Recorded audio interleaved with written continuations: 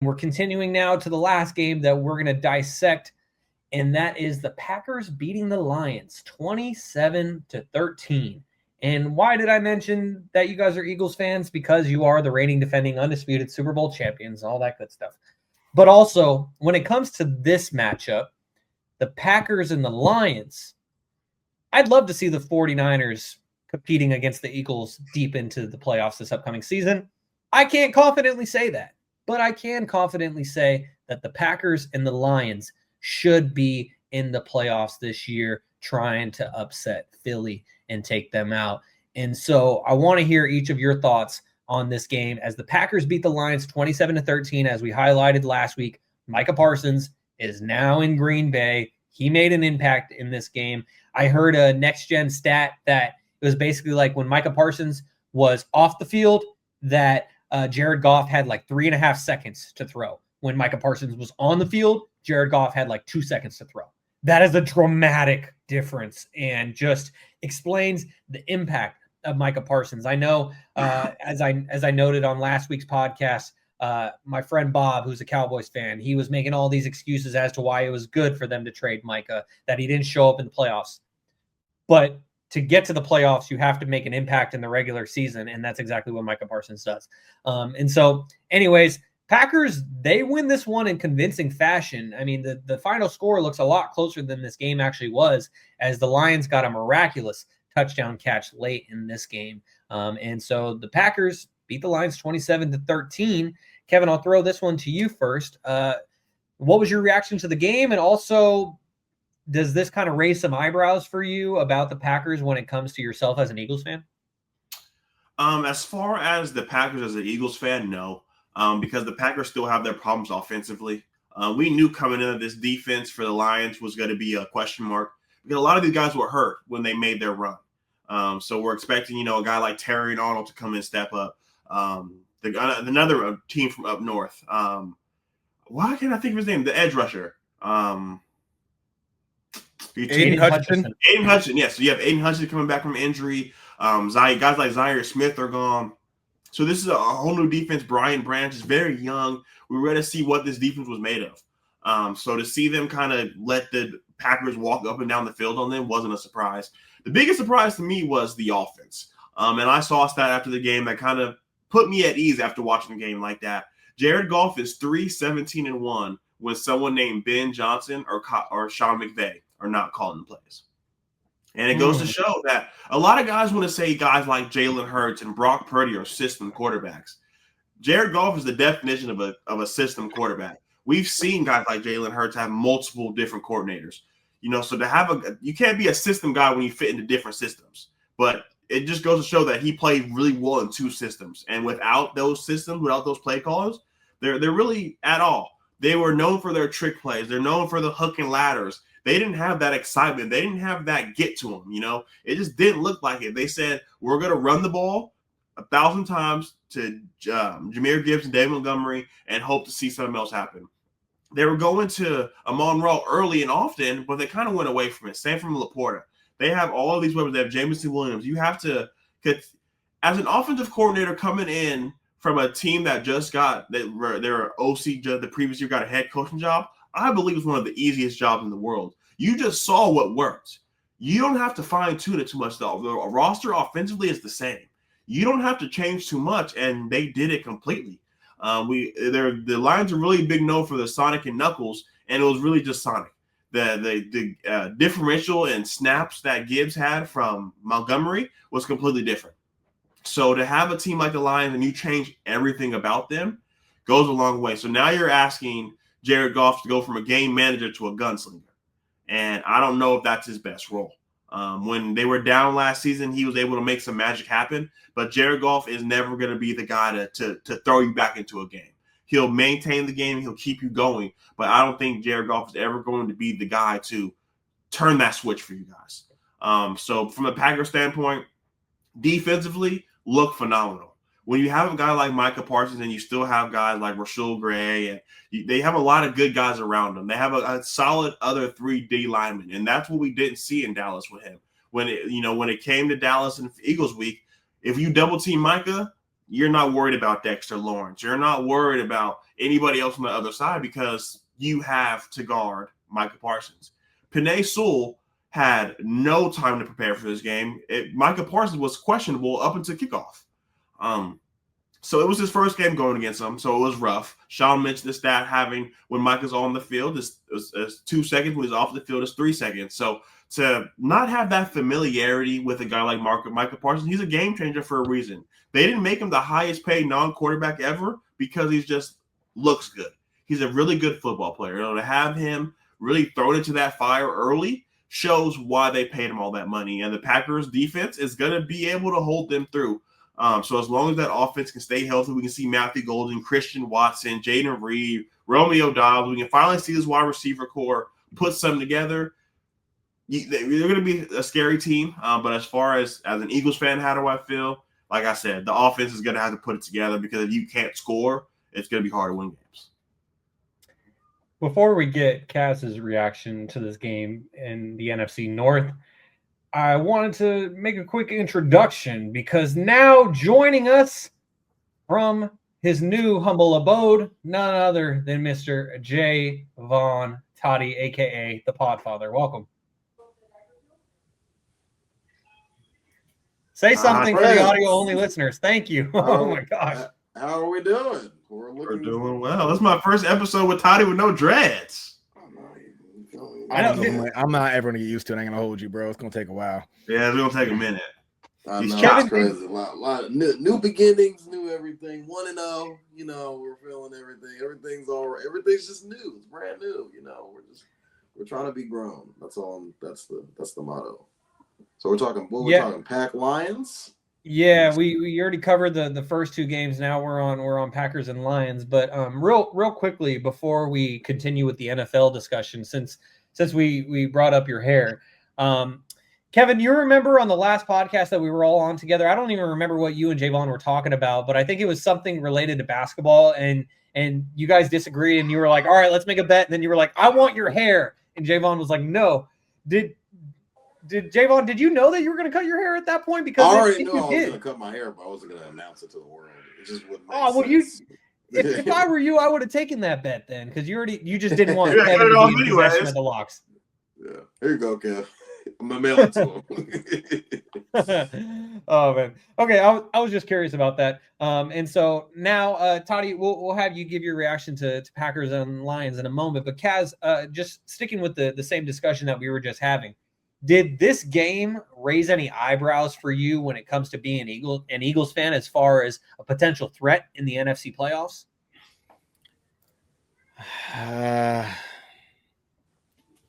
Not really.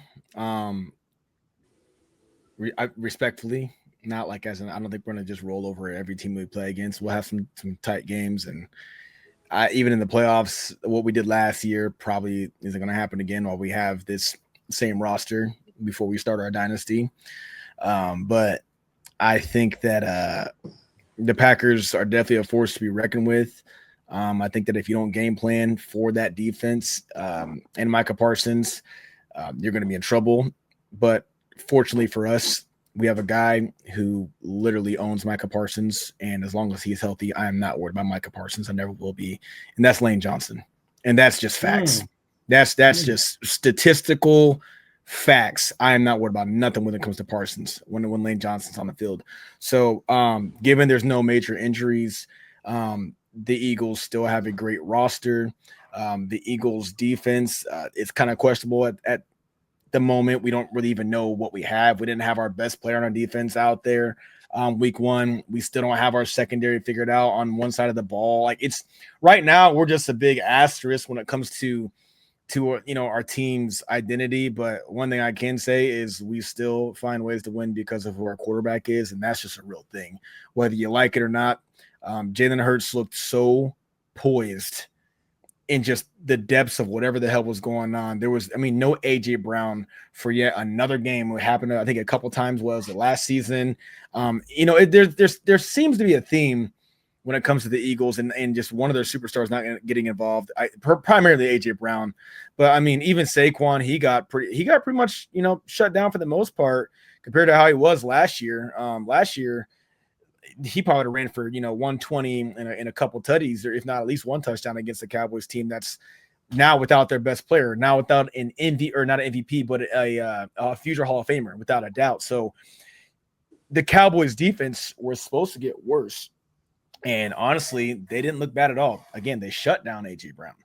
Literally shut down A.J. Brown. Now, whether that was the play calling, whether that was because they gave up, God knows what to just Jalen Hurts, like the stupid teams do. Well, let's just make him throw the ball. And Jalen's like, I'll just run it since you guys are gonna stay, play back.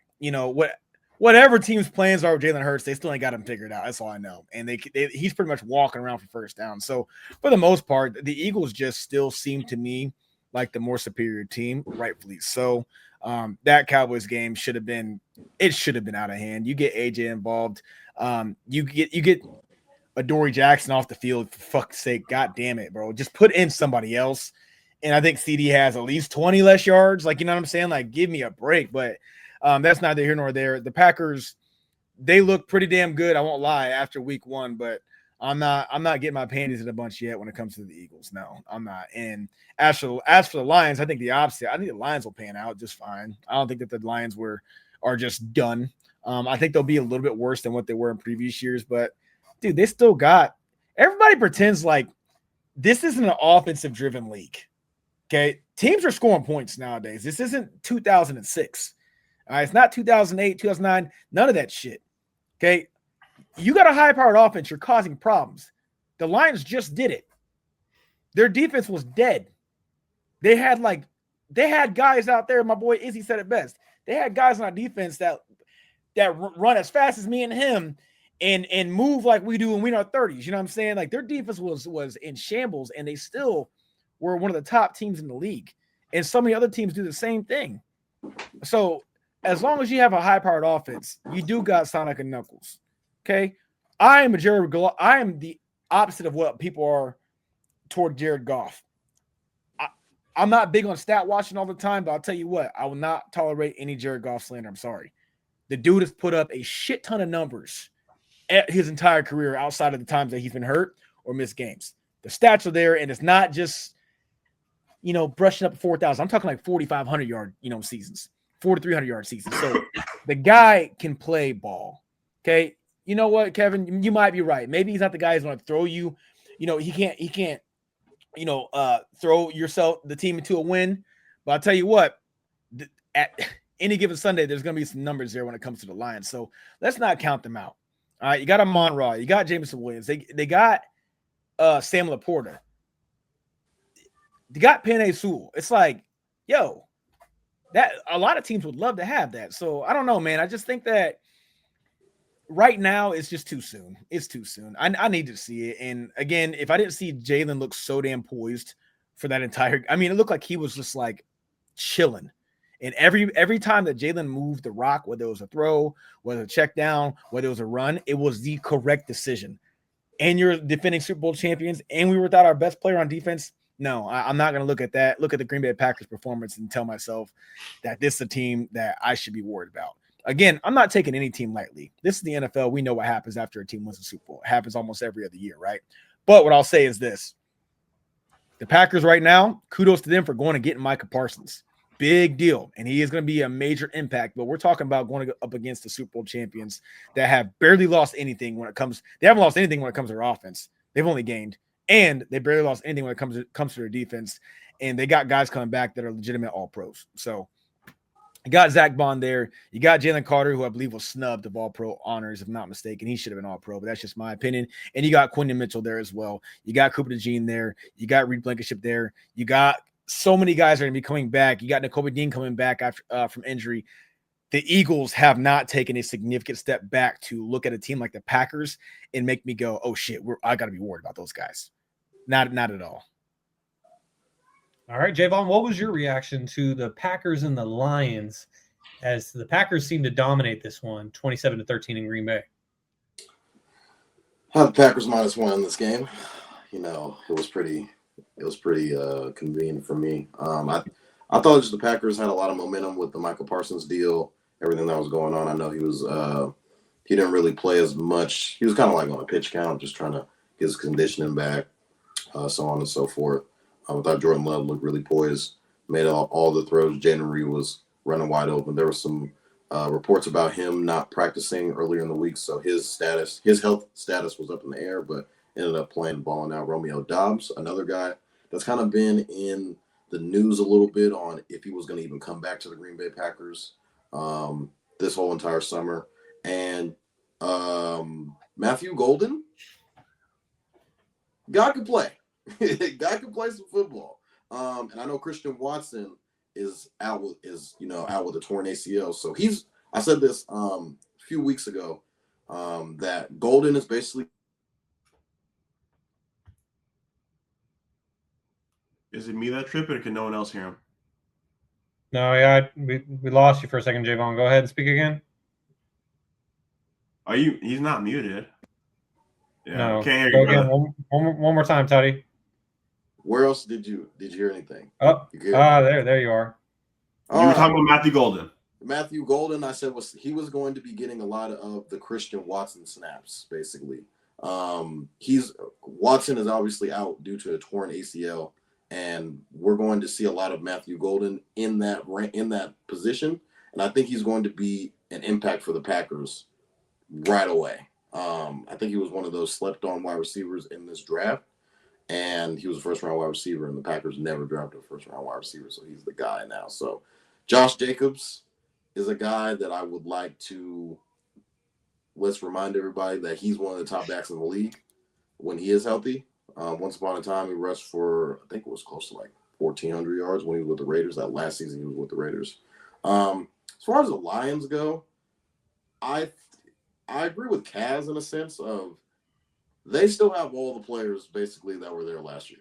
Jameson Williams, who just signed an extension, gave me 4 points in fantasy, by the way. 4 points. Just got $83 million. You would think he was going to go out and show why he was going to be that guy. 4 points in fantasy. Yeah, you still going undefeated like you proclaimed on Instagram? Sometimes it already 0-1. Doesn't go as well as you always play. When he posted that last week, I was like, brother, why are you lying to people? I just liked it. I just liked it and waited for that first loss so I could talk some shit. Fernie, who was his first time ever playing fantasy, so that doesn't help as well. All right, sorry, Toddy, go ahead. Jameer Gibbs is still there. Penei Sewell. There's a lot of guys who are making some money, like on this team. Like Jameson Williams just got paid. Jared Goff is making money. Penei Sewell's making money. Obviously, Aiden Hutchinson's going to be due up for a contract. You lose both of your coordinators. So it's all kind of looking like, hey, you guys essentially had 3 head coaches on the roster, and you might take a step back. But the Eagles, a couple of years ago, when they started off like 10-0, 11-0, whatever, then they lost the last 6 straight. That was the year that they had lost both coordinators. They had lost 2 coordinators. They had 3 head coaches essentially on the roster at that time, and Shane Steichen and Jonathan Gannon, who are now head coaches of the Arizona Cardinals and the Indianapolis Colts. Took a step back, lost their coordinators. Obviously, they made some good hires. That next year, what happens? Super Bowl. And I think what we'll see from the Lions is they're going to have to like regroup on what their new team is going to look like. The defense was already kind of let's watch out for this defense. And they had already lost Aiden Hutchinson. So you have somewhat of a pass rush, but I still think the defense is going to be in question. The offense, yeah, they got to start making things happen because Jared Goff looked like he was under duress. Nobody was really able to get open. And it looked bad. So a lot of people are jumping off the Lions bandwagon. I'm not going to do that yet. It's just week 1, but these are things to definitely look out for when you lose both of those coordinators in the offseason, heading into a new season with a lot of expectations. So we'll see where they're at. As far as the Packers go in the NFC, I would be afraid if I'm an Eagles fan because when I'm watching that Eagles game on Thursday Night Football, who is that CB2? That's one thing that I always mention to Kevin. Kevin, who's your second corner? So, we got this guy. We're bringing in this dude. Dory Jackson was getting cooked. Before you finish, Quinyon Mitchell was out there. Quinyon was out there doing his thing, but CD was hooping. I get he had a couple of drops. CD gonna do that to anybody. he's a top 5 wide receiver. But I worry about that second cornerback spot for the Eagles in that secondary. The D-line didn't look like the D-line. I get it. Jalen Carter did what he did. It was a little bit. I have some questions on the defense for the Eagles. I don't think it's going to be the same defense that we saw last year. Obviously, they lost a couple of guys getting paid. You win a Super Bowl, people want to start poaching at your roster. Know from experience. Whenever you you had a want couple of guys leave the roster. You got Trey Greenlaw, Hufanga, Ward's gone. I get What do you it. mean when you lose a Super Bowl, people poach off your roster? You said win. I didn't say win. You could I run. thought you said I thought you said win. I thought you said when you win a Yes, Super sir. Bowl, they know from poach. experience from people poaching at your roster. I thought Okay. you said. So the defense is going to take a step back I'll review on the this film. team. I know Eagles fans are going to be like, hey, we good. All these guys, we got rookies coming in. Defense is going to take a step back. The offense looked like the offense. Jalen's running around, scoring touchdowns. AJ's not getting the ball. It don't matter. We're going to score. Saquon's still back there. I get it. You got Devontae Smith. Goddard was eating. Offense looked all right, but that defense going to take a little bit of a step back. Toddy, quick question. Who's the Packers CB2? Don't matter. They gave Or CB1. Hold on. Or CB1. D tackle? Other edge rusher? I didn't know Micah plays all 11. But I mean, hey, maybe I'm wrong. Maybe Micah just does everything. He's the highest paid non-quarterback, so he's going to play corner. He's going to play safety. I'm just saying, brother. You don't know our quarterback too, but you don't know another player on that defense. I know Kenny Clark ain't there no more. Kenny Clark ain't there. Xavier McKinney, safety, is gonna hoop. Oh, 2 versus 11. Jeez, the odds just got so much better for the Packers. You know who else isn't there anymore? Mr. Pack is back, Jair Alexander, who got cooked on Sunday Night Football. Dude, he was getting cooked, man. The Ravens fans were pissed. See, Packers fans said, "I knew it. I knew it. I knew he was too old." Yeah, and so as we continue here on episode number 157 of Stats Over Politics, Shaun Holcomb alongside Kevin Dent, Kaz Johnson, and Jaevon. Toddy, I want to get to a couple more comments.